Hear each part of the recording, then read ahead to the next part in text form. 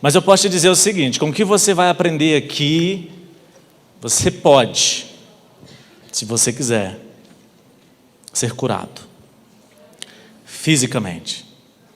Mas antes de ser curado fisicamente, você precisa ser curado emocionalmente. É por isso que é uma mentalidade, é a mente. E aí a gente entende também que o cérebro, o nosso cérebro, ele é extremamente poderoso, mas é altamente sugestionável. Significa que ele está vulnerável à sugestão que é apresentada. Aonde? No ambiente cultural que nós vivemos, dentro do convívio com a família, com os amigos. E por que eu tenho que tomar cuidado com isso? Porque se o meu cérebro ele é sugestionável, ele acredita na história que contam para ele. Então o seu cérebro, acredita na história que é contada. Principalmente se essa história é contada por alguém que você tem intimidade. A ciência diz o seguinte: quanto mais mensagens positivas você recebe, mais confiante você fica. Significa que o meu cérebro, sugestionado pela mensagem positiva, me fez sentir mais o quê? Confiante. Agora eu tenho um sentimento, uma emoção de confiança, mas por uma sugestão que foi dada. E aí tem um estudo que fizeram nos Estados Unidos, onde eles pegaram jogadores, jovens, adolescentes, aqueles que estão ali na fase de preparação para uma modalidade esportiva chamada tênis. E o jogo do tênis, em sua maior parte, ele é mental.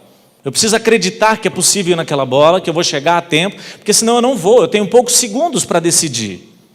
E aí eles pegaram aqueles jogadores, aqueles meninos que estavam treinando e colocaram para serem treinados por um treinador extremamente pessimista, onde ele só fazia comentários negativos. Então era mais ou menos assim: a pessoa entra e fala: você veio treinar? O treinador perguntando para o menino: sim, vim treinar, mas com esse tênis aí? Onde você pensa que você vai chegar com esse tênis? Não tem nada a ver com esse esporte. Mas tudo bem, vai lá. Aí o treinador diz assim: faz aí a posição para o saque. Aí aquele jogador fazia a posição para o saque, o treinador pessimista dizia o quê? Onde é que você aprendeu a fazer isso? Eu nunca vi alguém sacar desse jeito. Você não está cumprindo nenhum dos princípios do saque no tênis. E em todos os momentos, todas as mensagens que aquele treinador passava para o atleta, era sempre algo extremamente ruim, pessimista, denegrindo, diminuindo a capacidade dele. Pegaram os mesmos atletas, dias depois, e colocaram agora para serem treinados com outro treinador. O mesmo atleta, a mesma pessoa, porém agora a sugestão era diferente. E agora o treinador diz assim: você veio fazer o quê? Eu vim fazer aula de tênis. Ah, legal, esse tênis seu aí tem tudo a ver, hein? Uau, combinou com você. Vai dar certo, hein? A propósito, faz a posição de saque. Fantástico. Aonde você aprendeu? Porque está perfeito. Qual das vezes, primeira ou segunda, que você acha que o jogador teve um desenvolvimento, um desempenho melhor? A primeira ou a segunda? A segunda. O jogador era o mesmo? Sim? A bola de tênis é a mesma? Raquete, quadra, sol, temperatura, o mesmo ambiente, resultados diferentes, porque receberam sugestões diferentes. O que eu acabei de ler? Quanto mais mensagens positivas você recebe, mais confiante você fica. E no tênis, para jogar bem, você tem que confiar. Você tem que acreditar que você alcança a bola, senão você não vai na bola. Olha o que a Bíblia diz sobre isso. Provérbios 15:15. Todos os dias são difíceis para os que estão aflitos, mas a vida é sempre agradável para as pessoas que têm coração alegre. Se você tem coração alegre, a vida é agradável. Se você está aflito, vai ser sempre mais difícil. Por que eu estou aflito? Porque alguém me sugestionou para ficar aflito. Por que eu estou alegre? Porque alguém me fez ficar alegre. Significa que nós não nascemos com as nossas emoções, mas as produzimos a partir das sugestões que recebemos. E quem diz isso?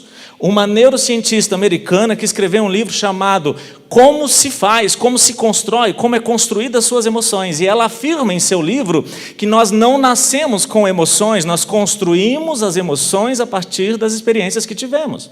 Significa que você encara uma situação e tem uma emoção equivalente àquela situação, mas não é por aquilo que você está vivendo agora, é pelo aquilo que você viveu antes. Vou dar um exemplo. A gente olha para um bolo e cada um tem uma reação diferente daquele bolo. Por que as reações são diferentes se o bolo é exatamente o mesmo?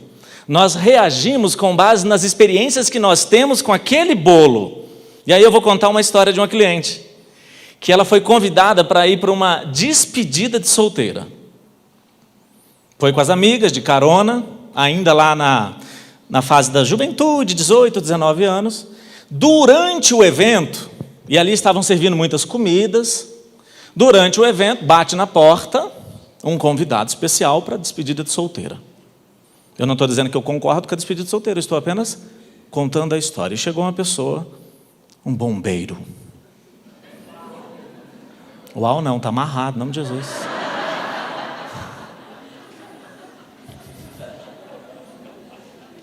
E começou a fazer muitas coisas que você já imaginou que eu não preciso detalhar.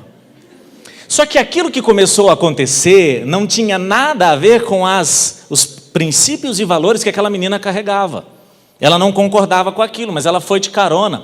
E ela não saiu da festa, ela permaneceu na festa. Ela ficou ali. 10, 15, 20 anos depois, eu não sei quanto tempo depois, ela aparece em um treinamento meu, dizendo que ela desenvolveu uma compulsão alimentar. Ela não comia alguns alimentos, na verdade, quase nenhum alimento. Ela desenvolveu anorexia, bulimia, são duas coisas diferentes? Então ela desenvolveu essas duas, e é possível, depois eu pesquisei, é possível ter as duas, tá? Porque ela não conseguia comer nada que na sua produção tinha algo que tinha na festa naquele dia. O que aconteceu? Emocionalmente ela está respondendo a algo com base naquilo que ela viveu. Qual é a doença dela? Fala para mim, gente. Anorexia, bulimia. Essa anorexia e bulimia foi gerada fisicamente ou emocionalmente? O que você acha? Emocionalmente. Quem diz isso? Lisa Feldman. Se você não acredita em mim, vai discutir com ela. Ela diz que você não nasce com nada disso. Você apenas desenvolve a partir das experiências que você viveu. Significa que, Márcio, então eu vou sair daqui, vou corrigir todas as minhas dores, então nunca mais eu vou ter intolerância à lactose, a glúten. Tem gente que é tão intolerante que é intolerante a pessoas. Já viu? Mas será que a sua doença, a sua patologia, ela foi gerada emocionalmente? Porque se foi, eu preciso mostrar para você como curar isso, sem ter que pagar medicamento controlado. Porque depressão, alguns dizem o seguinte, que a depressão ela tem 3 origens diferentes. Quais são as 3 origens? Ecológica, orgânica e emocional. Tem muitas pessoas que dizem isso. O que é uma depressão de origem ecológica? Ele diz o seguinte, foi gerada em função do ambiente. Se você tem uma depressão em função do ambiente, quem cura você é uma mudança do ambiente. E você não tem poder para mudar o ambiente. Eu não concordo que existe depressão de origem ecológica. E quem fala isso também é uma neurocientista americana chamada Caroline Leaf. Aí tem a orgânica. O que é uma depressão orgânica? É um mau funcionamento do cérebro, um neurotransmissor que não foi produzido de forma adequada, houve um desequilíbrio hormonal, que pode acontecer, e aí houve um distúrbio que gerou uma patologia emocional chamada depressão. A Caroline Leaf acredita que não, que isso não existe. Nesse aspecto, eu acho que dá para aceitar em algumas situações, raro demais alguém ter uma depressão de origem orgânica. E a maioria das pessoas depressivas são depressivas por origem o quê?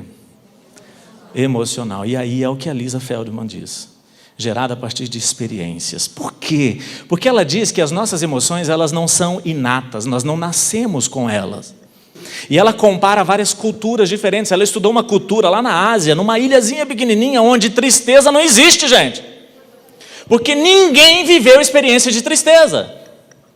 As emoções, elas são suposições construídas pelo nosso cérebro, a partir das observações que o cérebro faz, e ele busca no nosso passado experiências semelhantes para encontrar naquilo que a gente está vivendo hoje um significado. Então a menina, minha cliente, diante de um alimento que tenha substância, que tinha lá nos alimentos, do evento que machucou emocionalmente ela, o cérebro olha para aquilo, vai lá nas experiências passadas, tenta encontrar uma semelhança para dar significado à comida de hoje. Qual o significado que o cérebro dela estava dando para a comida de hoje? Que era algo bom ou ruim? E se é ruim, não pode comer. E se não pode comer, anorexia. E se comeu, bota para fora. Bulimia. E como é que eu curo isso? Ressignificando essa informação. A neurociência diz que o nosso cérebro ele não consegue processar aquilo que a gente não conhece. Então por que a gente tem, às vezes, alguns, medo de cachorro? Porque a gente conhece algo sobre o cachorro. Uma criança recém-nascida, acabou de nascer meses depois, 8, 9, 10 meses, começa a engatinhar. E essa criança está indo em direção a um pitbull violento. Ela já viu o pitbull? Não, não viu.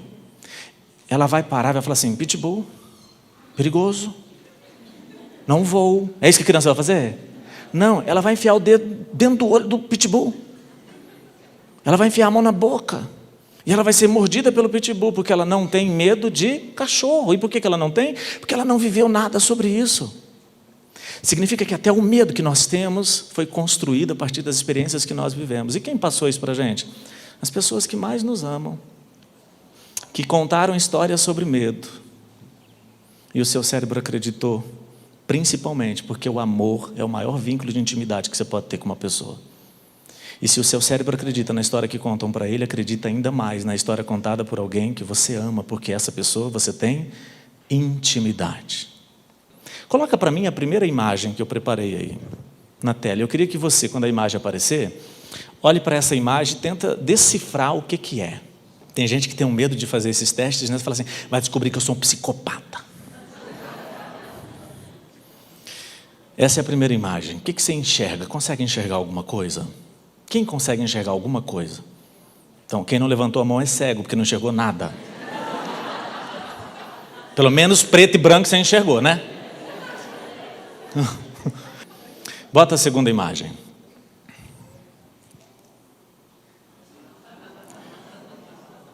O que você está vendo? Uma cobra. Volta a imagem preto e branco. Consegue ver a cobra agora? Consegue? O que aconteceu quando você viu a primeira imagem? Você nunca tinha visto nada disso. Seu cérebro tentou lá nas suas experiências encontrar semelhança para dar significado. Que significado que você deu? Nenhum. Mostrei a imagem. Quando você viu a imagem, você construiu dentro de você instantaneamente uma o quê? Experiência. Aí nós voltamos para a imagem preto e branco e você conseguiu ver o quê? A imagem de uma cobra, porque agora já há uma experiência sobre isso. Assim também são as suas emoções.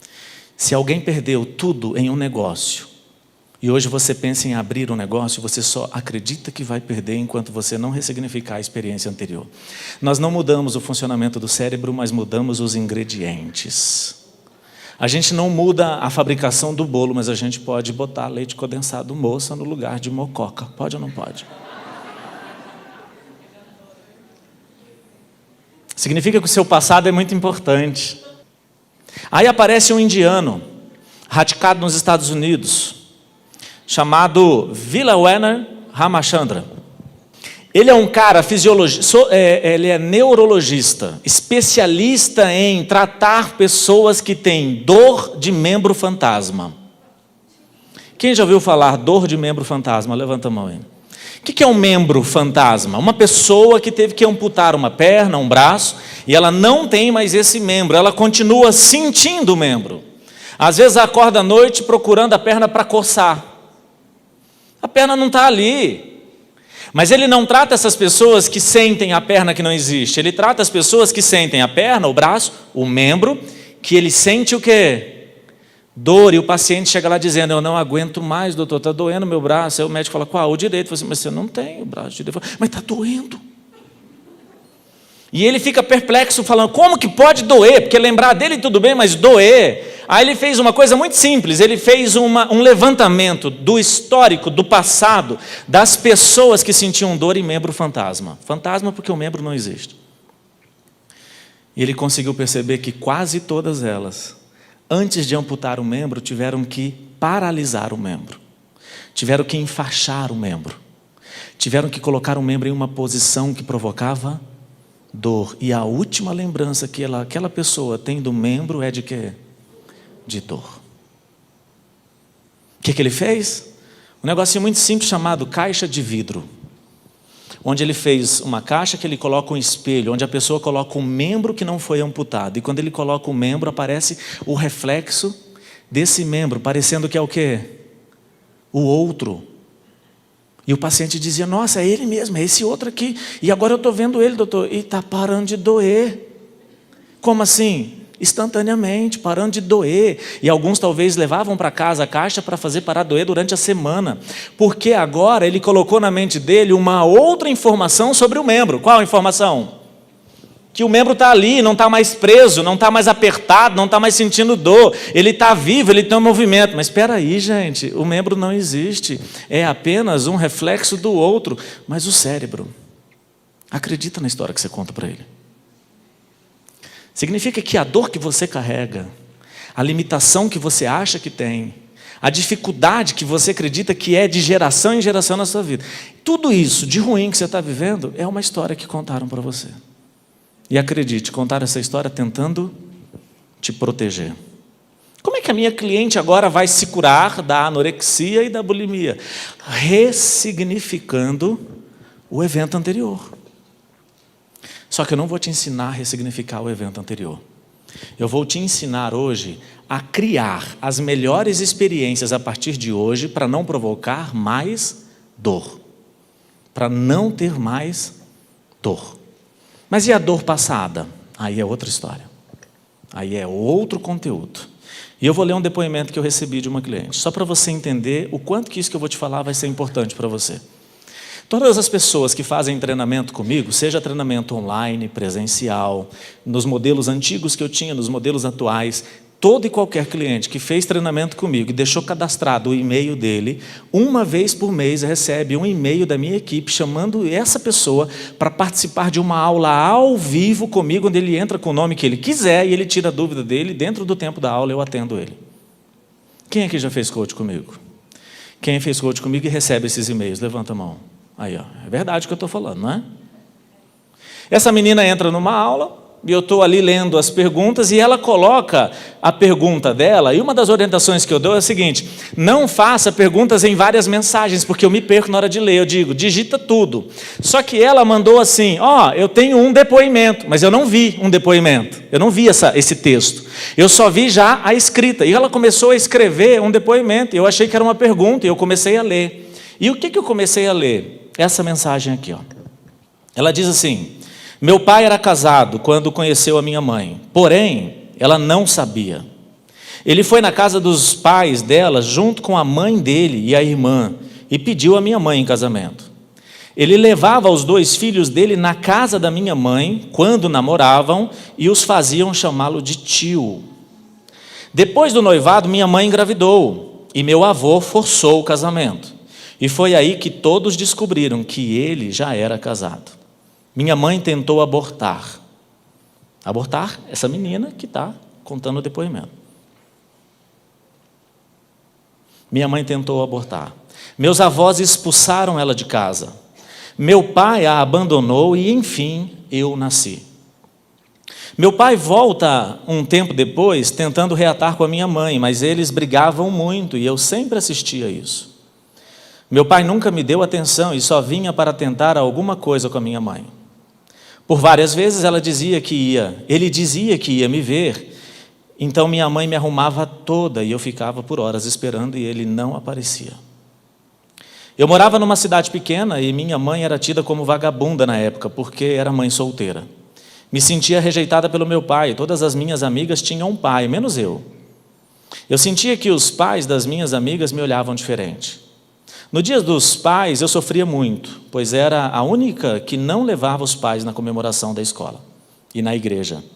E para completar, minha mãe sempre arrumava namorados e levava em casa, e por vezes eu até via o que não devia.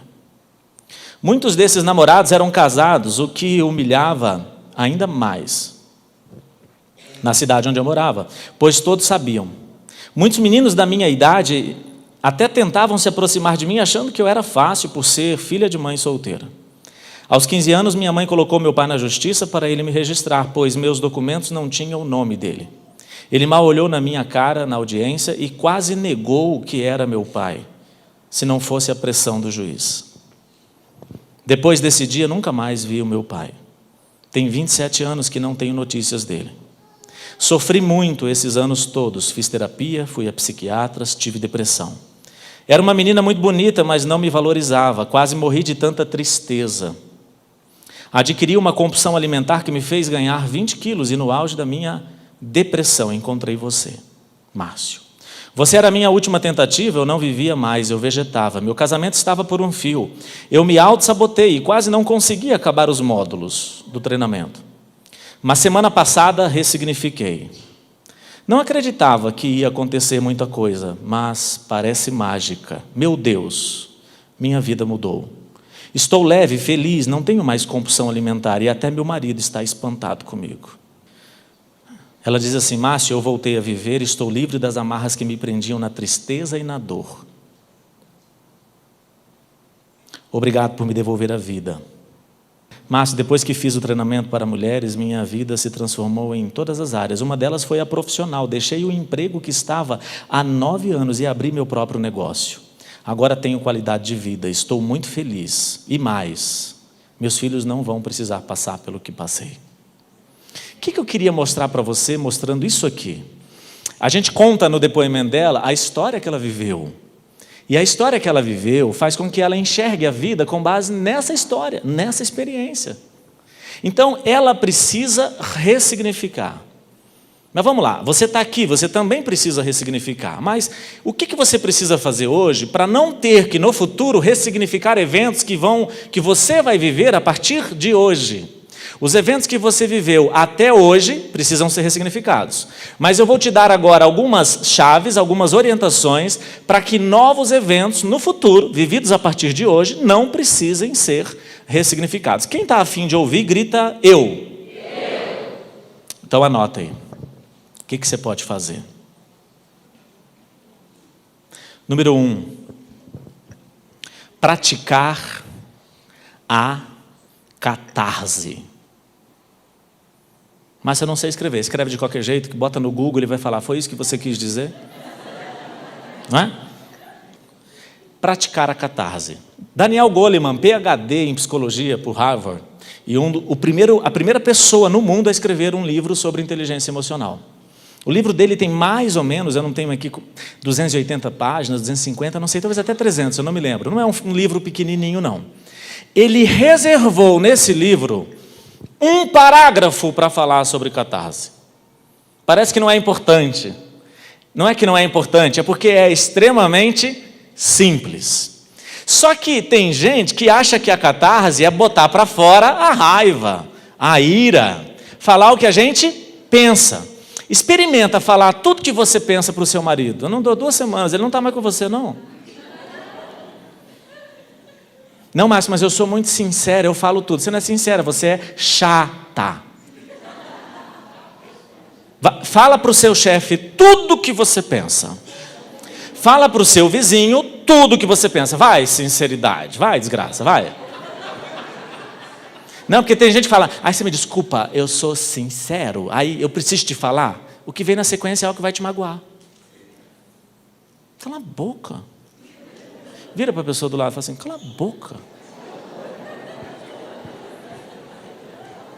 Primeira coisa para você não construir eventos errados, experiências erradas que vão gerar dor, doença, vão machucar emocionalmente e fisicamente, primeira coisa, praticar a catarse. Catarse você já sabe que não é falar o que pensa.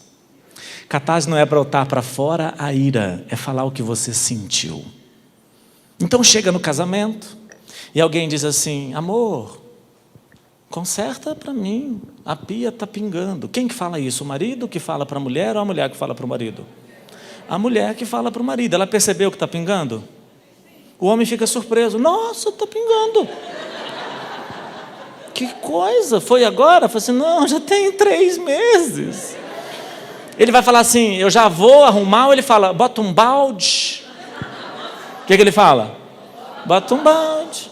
E no início do balde fica pingando, ele fala, bota um pano dentro do balde. Ó, se identificou, né? Aí ele fala, não, eu não vou, eu já vou. A mulher fica irritada, porque mulher, quando ela pede para arrumar, é porque se fosse ela ia quando? Agora.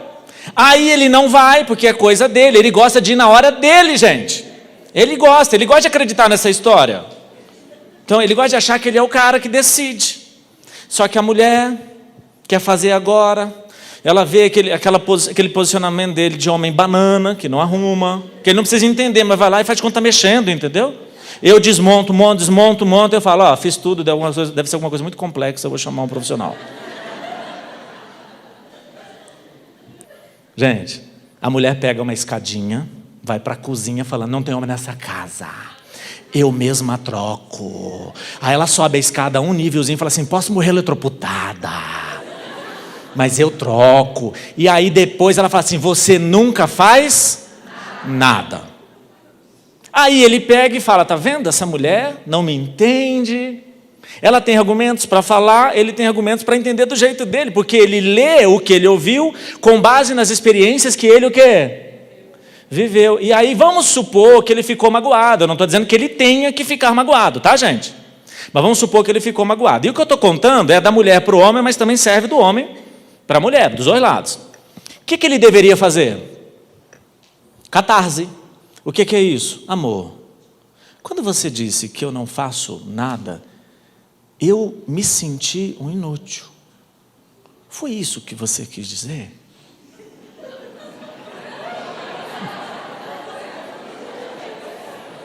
Era isso mesmo? Em tudo? Porque quando você diz você não faz nada, ele acha que ele não faz nada em quê? Em tudo. Por que eu estou dizendo isso? Se você não falar nada, não colocar para fora o que você sentiu, daqui um mês, um ano, 10 anos, todas as vezes que alguém falar você não faz nada, você vai se sentir como naquele dia.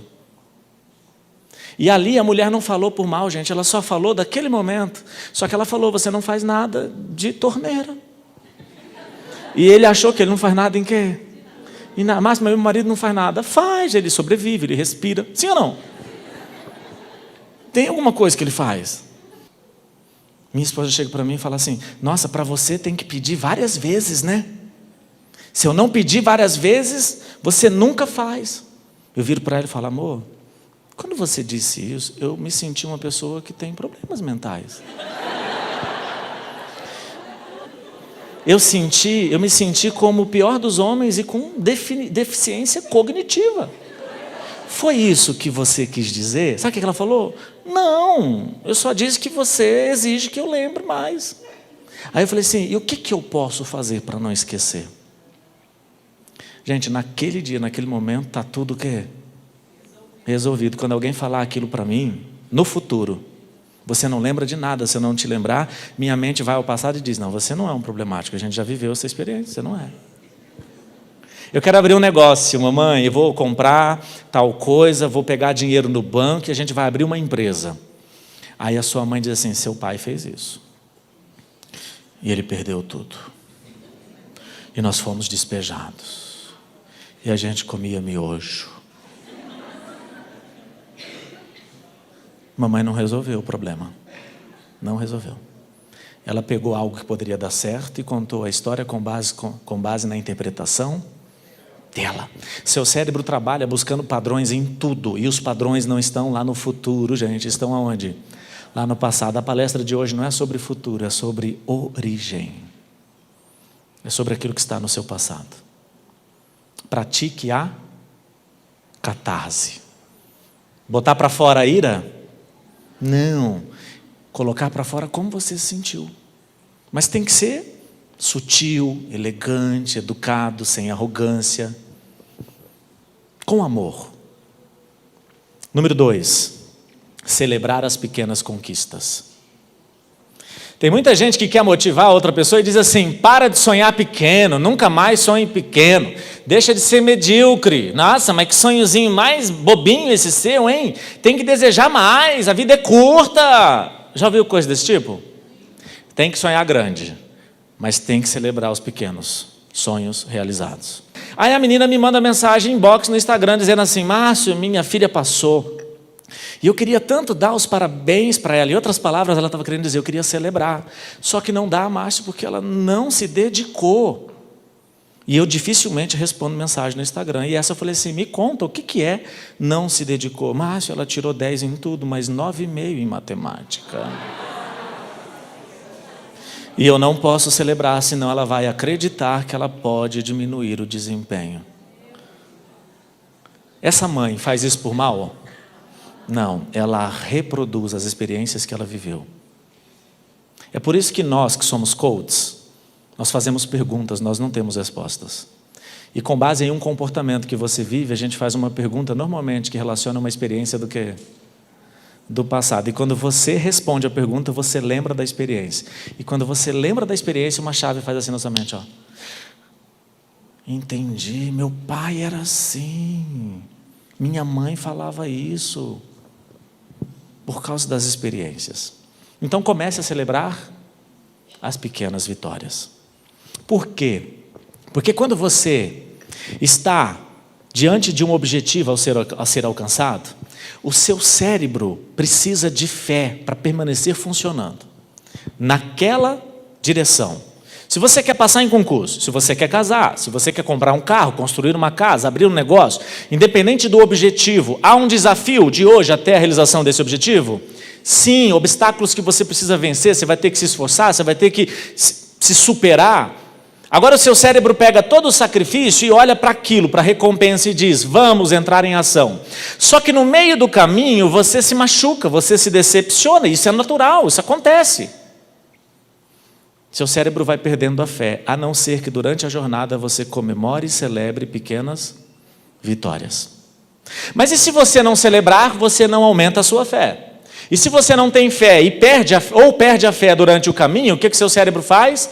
Ele trabalha com um circuito que é o seguinte: preservar energia a qualquer custo. Então, se eu estou em uma jornada que eu acredito que faz sentido para mim, o meu cérebro diz: gasta energia nisso. Mas se no meio do caminho ele deixa de acreditar, ele diz: para de gastar energia nisso. Vou dar um exemplo. Você casou e acreditou no casamento. No meio do caminho, no casamento, você sofreu uma decepção. E não acredita mais no casamento, mas não separa. Você continua gastando energia em algo que você não acredita mais. O que vai acontecer? Primeira tentativa do cérebro de fazer você parar: distração. Sabe o que é isso? Você vai começar a ver coisas que você não via e que não deveria ver. Você começa a ver outras coisas, possibilidades. Nossa, fulano percebe isso em mim, hein? Aquele me elogia. Esse sim me merece. Ele sempre esteve lá, mas você não estava vendo. Mas agora a distração programada pelo seu cérebro fez você enxergar o que você não deveria ver. Por que seu cérebro fez isso? Porque o cérebro é a máquina do bolo. A fé é o ingrediente do bolo. A gente não muda a máquina, a gente muda o ingrediente. Não foi isso que eu falei? Então eu preciso mudar o ingrediente, porque ele foi programado para interromper a ação se eu não acredito mais naquilo. Agora eu permaneço casado, mesmo com a distração, resisto, sim ou não? O cérebro faz mais uma tentativa: cansaço. Só de saber que o expediente está terminando e eu preciso ir para casa, já dá um cansaço. Meu Deus do céu, por que eu tenho que ir para lá? Eu não acredito. Quando eu falar essas coisas, não ri sozinho não, porque identifica, assim, fica fácil de saber que você está vivendo isso, ok? Isso, espera para rir assim, ó, junto com todo mundo, porque aí ninguém percebe sua desgraça. Mas você continuou casado, porque a distração não te tirou do foco, o cansaço também não. Seu cérebro, sem a fé para você chegar lá, tentando preservar a energia a qualquer custo, ele agora mandou dores físicas. Vai começar a doer. E onde é que vai doer? Ombro, pescoço, região lombar, dor muscular. Às vezes você acreditou que ser professor era legal. No meio do caminho teve uma decepção, distração na sala de aula. Cansaço só de ir para a aula. E agora está doendo aonde? O corpo. A gente está falando de mentalidade de cura. A cura do seu corpo é a fé que você precisa botar na sua alma. Mas você não desistiu do casamento, porque a distração não tirou você do foco. A dor física não tirou você do foco. O cansaço não tirou você do foco. O cérebro vai para a penúltima tentativa. Dores emocionais. E aí essas patologias psicossomáticas, somatização. Quando o médico diz é psicossomático, o que ele está querendo dizer? Eu não sei de onde vem, é emocional. Não dá para explicar do ponto de vista natural. É emocional, é algum problema, e ele vai te dar um remédio que não resolve o seu passado. Só diminui a sensação de dor, mas você carrega para o resto da vida. E o que você precisa fazer para isso não acontecer? Celebrar as pequenas conquistas para alimentar a sua fé, para diminuir a distração, para diminuir o cansaço, para diminuir a dor física e evitar a dor emocional, porque eu disse que era a quarta e era a penúltima. A última é tirar a sua própria vida. Em último nível, a pessoa tira a própria vida. E nós vamos agora para a terceira. Validação. Praticar a validação. A validação também pode ser chamada de elogio. Sabe o que é isso? É reconhecer em alguém uma habilidade que essa pessoa tem, conhecida por ela ou desconhecida. Se é conhecida, ótimo. Se é desconhecida para a pessoa que ouve de você, o reconhecimento que você está fazendo nela é super poderoso, porque ela não sabia que ela era aquilo. E aí o que você faz? Começa a partir de hoje a validar as pessoas. Se você mora em um prédio, provavelmente lá no seu prédio tem um porteiro, uma porteira. Sim ou não? Comece a chamar essa pessoa pelo nome. Não é difícil. A palavra que o ser humano mais gosta de ouvir é o próprio nome, porque remete à identidade. Aquele que vem para roubar, matar e destruir, ele tenta tirar de você a sua identidade. É isso que ele tenta fazer. E comece a reconhecer nas pessoas. Posso te dar um desafio que vai mudar a sua vida? Uma vez por dia, elogiar alguém. Validar alguém. Mas validar não é só elogiar, não. É dizer por que você está elogiando. Você tem que elogiar dizendo o porquê. Quem? Qualquer pessoa. Estou pedindo para você fazer isso uma vez por dia. Pode ser? Agora tem detalhes. Mulher, não valide um homem se você estiver sozinha com ele.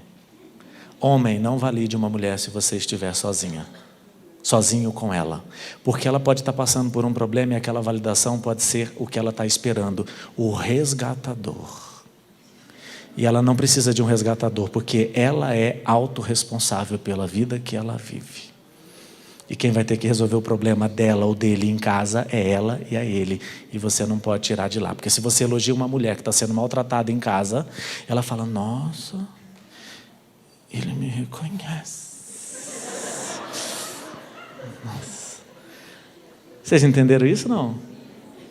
Não, mas eu tenho problema com isso não. Cala a boca, claro que tem. O cérebro acredita na história que a gente conta. E se você elogiou alguém que está sofrendo e deu a ela a chance de achar que você é o libertador do problema dela, ela colocou todas as expectativas em você, ela vai separar do marido, vai deixar as crianças em casa, vai fugir com você e vai dar ruim de novo.